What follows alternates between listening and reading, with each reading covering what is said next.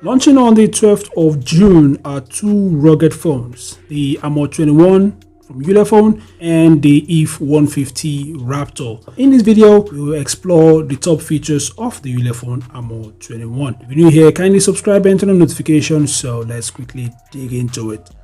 So one of the top features of the Armor 21 is the 122 decibel super loud ambient speaker at the back of the phone. There's also a multicolored halo around the speaker. The Armor 21, just like other rugged devices, is designed to withstand harsh conditions and environments. On the right side is a power button and volume keys. It has a customizable key at the other side, as well as a SIM and SD card slot. Another top feature of the Armor 21 is its display. The phone features a 6.58-inch Full HD Plus display with a 120Hz refresh rate.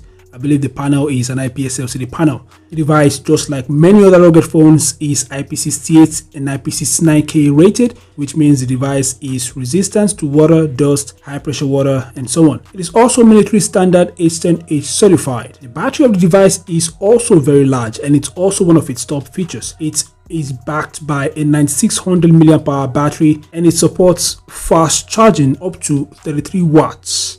Under the hood, the device is powered by the Helio G99, MediaTek's most powerful and efficient 4G processor, paired with up to 16 GB RAM, and that is because the phone supports virtual RAM expansion. Its original RAM is 8 GB. The device has 256 GB internal storage, which is pretty large in my opinion. So in the camera department, the Ulefone Armor 21 has a 64MP primary sensor and a 24MP night vision camera. The phone also features a 16MP front-facing camera. The Armor 21 runs on the Android 13 right out of the box, which is very great. I don't know if the device will be getting the Android 14, but that isn't a problem in my opinion. But I do hope it gets the Android 14 in the future, because the Android 14 is almost here. Also, the Armor 21 features Aero Blaster, which is the last of its top features. So these are the top features of the Armor 21. Like I mentioned earlier, it's going to be launching on the 12th of June alongside the EVE 150